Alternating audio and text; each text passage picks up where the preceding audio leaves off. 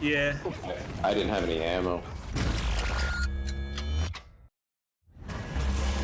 I did the thing! I did the cool thing! What's going on? I'm going to show you all the things I think you need to know on the Greatsword. This is not a speedrunning guide. This is just playing more casually with your friends, but being better than all of them. These are the things that are great about the Greatsword. So first, the thing that we all care about, the reason we're all using this, because of big damage numbers, baby. And because it's such high damage, it actually leads to a lot of other strengths that other weapons can't quite compete with. Firstly, it is your job to get the sleep hit. The only situation where you don't want to get the sleep hit is if there's an environmental object or something that does higher damage. Most of them do, so use those to sleep hit, but besides that, it's the Greatsword's job. If you guys don't know, when a target's asleep, it has a damage multiplier for the next single hit used. The Greatsword has the highest damage single hit from the True Charge Slash. We're going to be saying TCS for the rest of this guide. So TCS means True Charge Slash. In Wilds, it is so easy to position yourself to get the TCS. Because of focus mode, you can just turn at the last second and get the hit. But real quick, not every monster's biggest weak point is their head.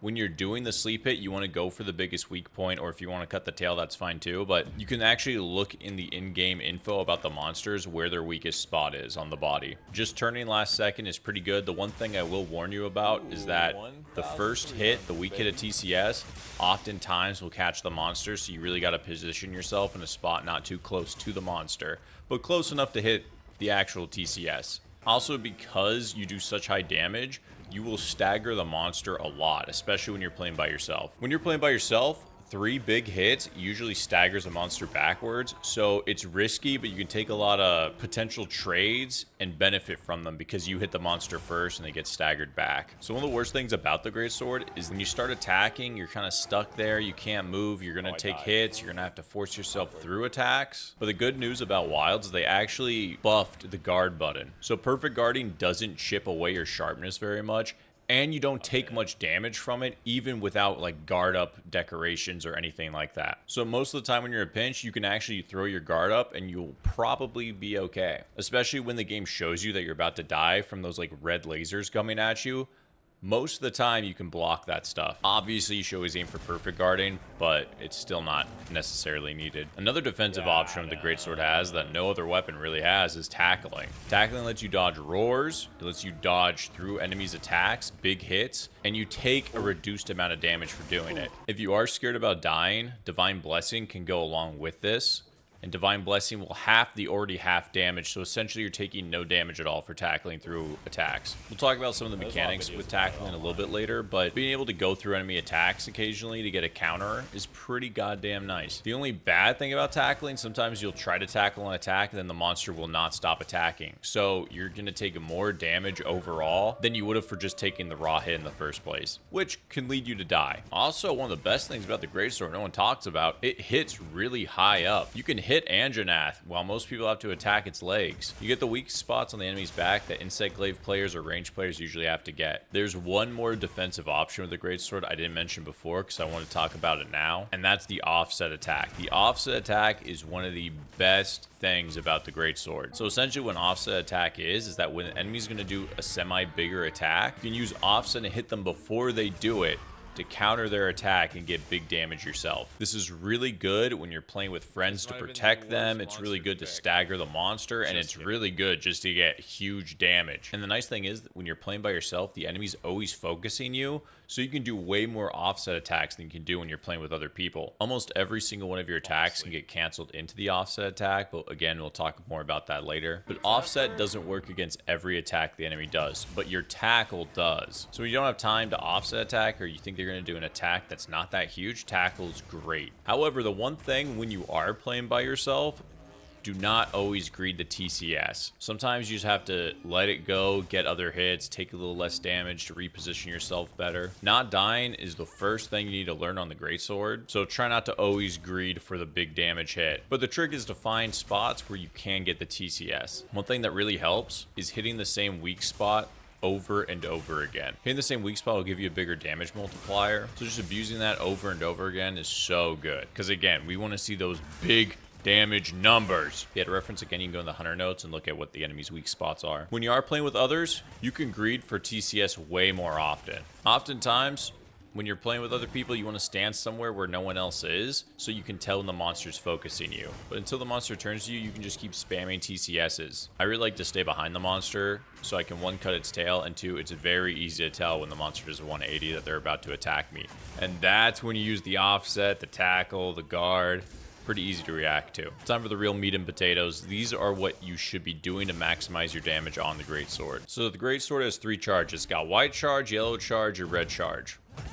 So white charge does the least amount of damage, and red charge does the most amount of damage. I'm going to go over how to get the highest amount of damage with the greatsword. If you have any questions about the things I say, you can ask in the comments. I'm going to go over it kind of quick, but hopefully it'll make some sense. So the first slash of the greatsword, you usually just want to go by that phase. So you don't want to charge it unless you're anticipating the enemy is going to come towards you during that time. So during the strong charge slash or phase 2, you only want to charge it up if the enemy is stunned or hindered or knocked down in some way. Usually the goal is to get to TCS as fast as possible. So trying to greed to get more damage on phase 2 is normally not needed. But with TCS, pretty much want to get to red charge every single time you use it. Trading with the monster to get a TCS hit is pretty much always worth it. But to round back to the strong charge slash, after your strong charge slash attacks, it actually makes your wide slash do more damage. So getting to red charge and then going to wide slash is pretty much always worth it. So TLDR, phase 1, you pretty much never want to charge at all.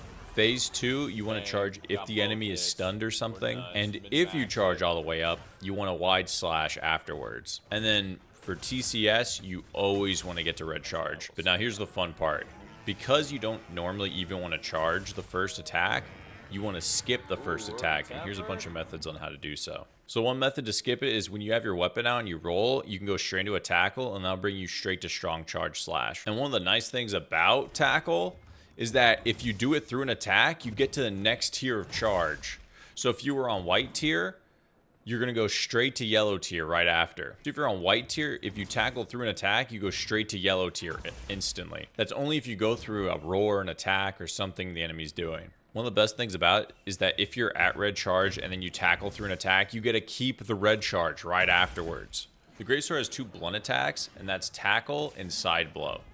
As long as you have enemies in the head with these, you can get them to be concussed and get stunned. One of the other quickest ways to get to TCS and skip that first hit is by doing a jump attack. So you can charge your sword during a jump attack. So jump attacks count as a strong charge slash. So right after you charge it, you can use your wide slash and go straight into TCS. The weird thing is though, if you don't do wide slash, you'll just do another strong slash afterwards. So it's as simple as jump attack, wide slash, TCS. Doing your offset, gain the right hit, and you can almost always guarantee a TCS afterwards. Also, very similar, power guard, which is a mechanic in this game against certain monsters. When you block them, you get a 1 instance special animation where you kind of push them back from guarding. You get a TCS right after it every single time. Those are the fast ways to get to TCS. Let me tell you what to do after a TCS. So firstly, dodging and then tackling right afterwards is one of the best things to do if you want to get another TCS. It's also good because you have iframes from rolling and then iframes for tackling. It's also really good to keep your mobility up because when you tackle, you can do wide slash and you do a special wide slash that makes you go even farther. And it does pretty good damage. This lets you stay agile and it lets you chase the monsters better than the other attacks as well. And again, why offset's so good? Offset is one of the quickest attacks to cancel into. So after a TCS,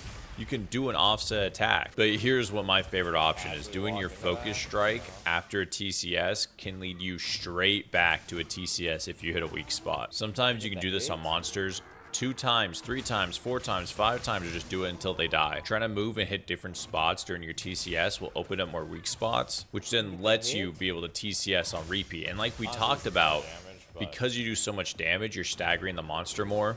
So for obliterating them, you're getting rewarded for knocking them down and being able to do this on repeat till they die. Another thing about offset is that if you don't think you can actually get to TCS after offset, after the strong slash, you can just offset again. Another cool thing is that perfect guarding is one of the fastest ways to pull your weapon out. And after a perfect guard, the only things you can do is an overhead attack or an offset attack. So after perfect guard, I try to offset every time. So if you do your offset attack and you don't actually get the animation hit, what you can do is wide slash and then press the same button as wide slash to get a tackle, and you go straight into strong charge slash afterwards. It's super quick. Last thing to mention is that when you're in the air, you can also do a focus strike in the air and go straight into TCS. So it won't happen that often, but the animation is so damn cool. So let's get into builds. I'm gonna first show you what I think the best low rank stuff is for the greatsword. First off, anything that's green or behind green is low rank. So the best low rank greatsword in my opinion is the G Rathalos greatsword. Normally you don't want an element, you want an ailment on your greatsword, but the G Rathalos greatsword just kind of gaps all the other low rank greatswords in terms of damage, and it gives you 15 affinity. Also, it has a gem slot. Most other ones don't have a gem slot, so it's just, in my opinion, the best low rank greatsword. However, you get it pretty late to the run, so I first recommend you get the Narcilla greatsword. Sleep is the best ailment on greatsword, and the Narcilla greatsword has a bunch of sharpness, has affinity, does okay damage.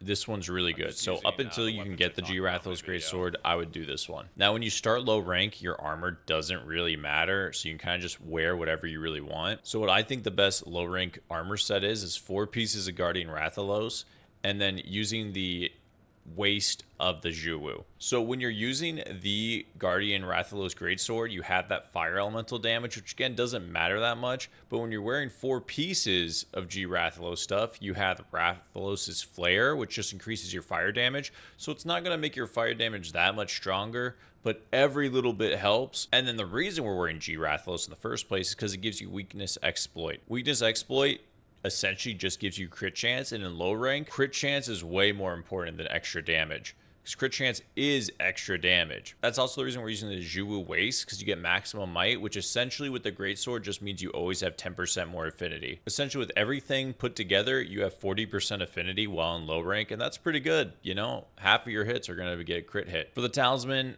I just use Divine Blessing, because like we talked about, when you tackle through attacks, Divine Blessing can help you take even less damage. But you can run kind of anything you want. And then for the decorations, I like Quick Sheath a lot. I'm a big fan of it. Quick Sheath is great offensively and defensively. It lets you put your weapon away faster. And putting your weapon away faster means you can chase the enemy easier. You can heal yourself faster. You get to positions where you can start charging quicker, which is the biggest one. So that's why I like Quick Sheath on the greatsword. But that's all preference. If you want other decorations, by all means. And we're going to talk about this more. But for the decoration on the weapon, I'm going to use Critical Boost. Critical Boost is the best damage decoration in the whole entire game. So whenever you can fit Critical Boost into your build, you want to. And with that extra affinity, that means every single time we hit one of those, we're going to do even more damage. Now let's get into the high rank stuff. But before we talk about which swords are the best, I got to tell you about decorations. Like I just said, Critical Boost is the strongest thing for damage output in this game. So when you can get Critical Boost up to 5, you are going to want to do that every single time. The only thing that's more important than Critical Boost for Greatsword is Focus. Focus 3 is a necessity on the greatsword. Being able to charge your sword faster means you're going to output more damage, which means you're going to take less hits because you don't have to charge as long. So Focus 3 is the best thing to use on the greatsword. So those are the decorations you pretty much always want on your weapon. And now we can talk about what I think the best greatswords are. Our tried and true is still very freaking good. Like I said, Sleep Ailment is really good. So then our Scylla greatsword is very, very good. The white sharpness is the highest out of all the great swords, and it comes with 15 affinity, so that's pretty dang good. Now the bad sides about it is that the equipment skills aren't that useful. They're good. Perfect guarding is very strong, so getting more damage when you perfect guard is great, but you're not willing to use that all the time, kind of like Lance players do. So the bad thing about this greatsword is that you cannot force critical boost because you need a focus 3 jewel, but you can still put some of it on, so it's all right. Now let's talk about those negative affinity greatswords. So the G Doshiguma and the G Arkfeld greatswords have negative affinity and blue sharpness. They are still really freaking good. We're gonna get into the armor build here in a second, so we can talk about why negative affinity isn't that big of a deal. So both these weapons have 2-3 gem slots, and they both come with focus too. So you can use the 1 gem slot for focus,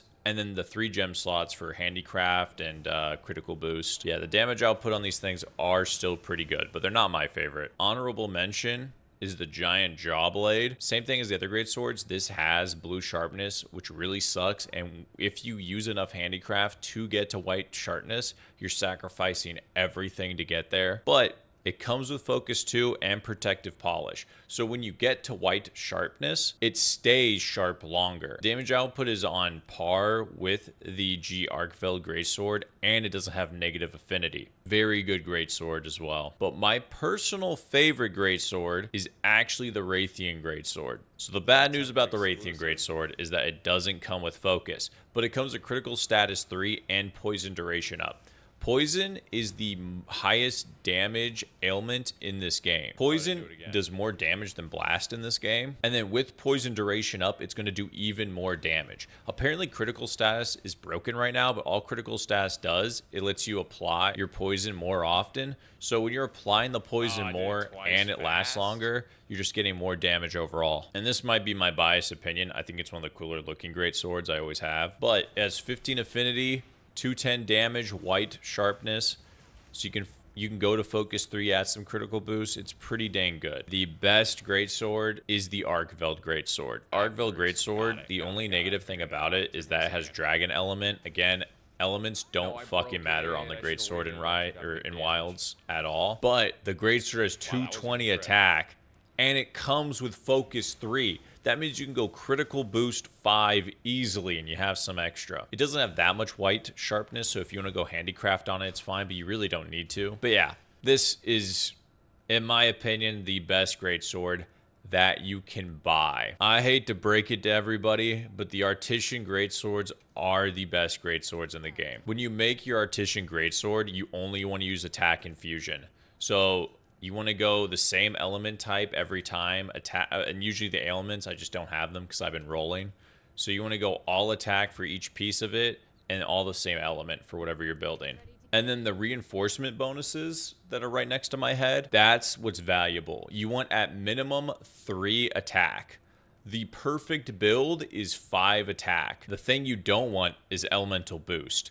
However, in this case, like this greatsword, I have 4 attack, 1 elemental boost, so I'm going to take it. But yeah, 3 attack and then 2 other stats is pretty good. In my opinion, the tier list goes attack, sharpness, affinity, elemental boost. So let's see what we get this time. So if we roll this greatsword, as you see here, we got 2 sharpness, 2 attack, 1 elemental boost. Because we didn't get 3 attack, this is garbage, we're going to throw it away. The nice thing about armor in this game is that everyone has their own opinion about what's good. I'm going to show you what I like. If you don't agree with it, by all means, do your thing. And the reason I'm saying that is because everyone is saying right now that the Gore Magala set is the best. I just don't care to get to 100% affinity. I rather get more damage. So that's why I use the set I use. But my set is, I use 4 pieces of New Udra. So New Udra gives you Resentment and Counterstrike both give you maxed out 25 extra damage. So every single time you tackle through an attack,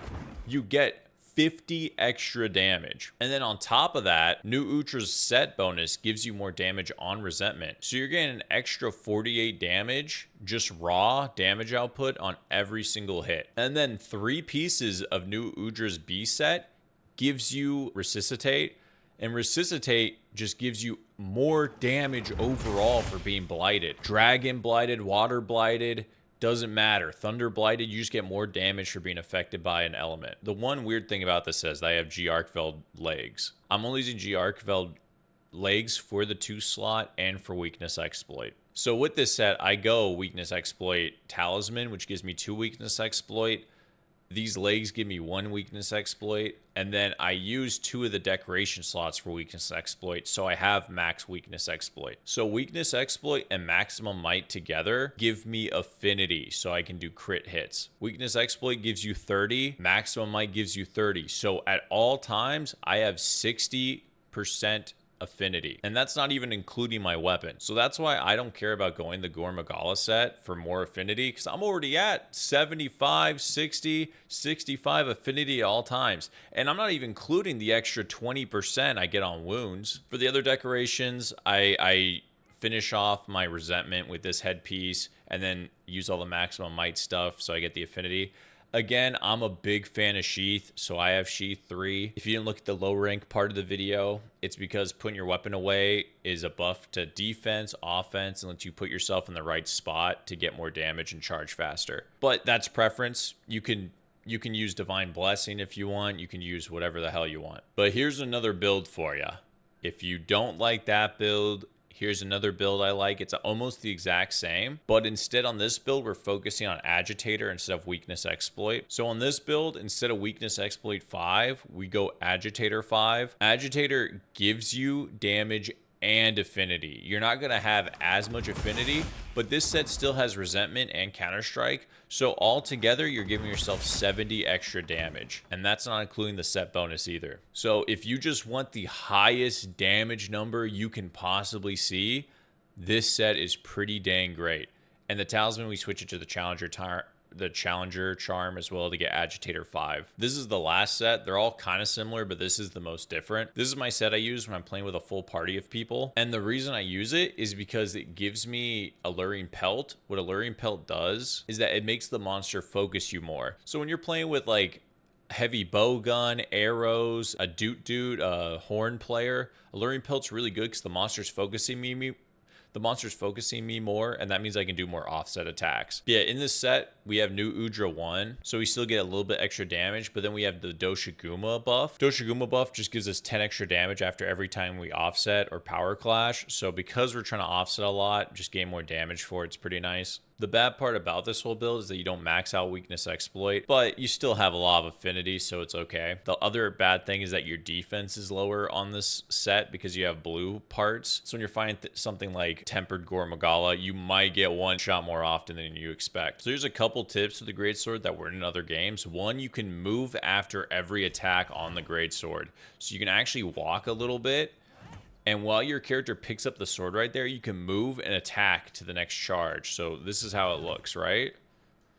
I'm already on charge 2. I can walk forward more and get charge 3. So you can do that to get some like little tiny micro spacing to get damage off, right? Go a little farther to get the damage off. Another tip is if you use focus, you attack way farther. So I'm going to attack from right here with no focus usage, right? So as you will see, I am nowhere close to the target at all, right? I'm still far as fuck. Then from the same spot, we're just going to do that exact same thing, but holding focus down. Focus just makes you lunge forward while attacking. So you can get way farther while holding focus down than you can by just normally attacking. So almost every time you TCS or do any of your attacks, you should probably be holding focus down. Another pro tip, and this will make you whiff less, if you don't press a button after an offset attack, your character will run farther. So you can go further behind the monster, you can get closer to them to hit the weak spot. It just lets you position yourself in a better spot than barely being able to reach their head. Last tip, doing the dismount attack on your Secret counts as doing a jump attack. So if you do this, you can go right into wide swing, it goes straight into TCS. All right, that's the video, guys. If you guys have any questions whatsoever, feel free to put them in the comments. I know this is on the first patch of the game, so some of this might be outdated. If a lot of things change, you know, if the DLC comes out, I'll make a new guide on what to do. But yeah, hopefully this helps, get you started with the Greatsword. Hopefully you have fun. I love this weapon. I'm addicted to it, and have a good one.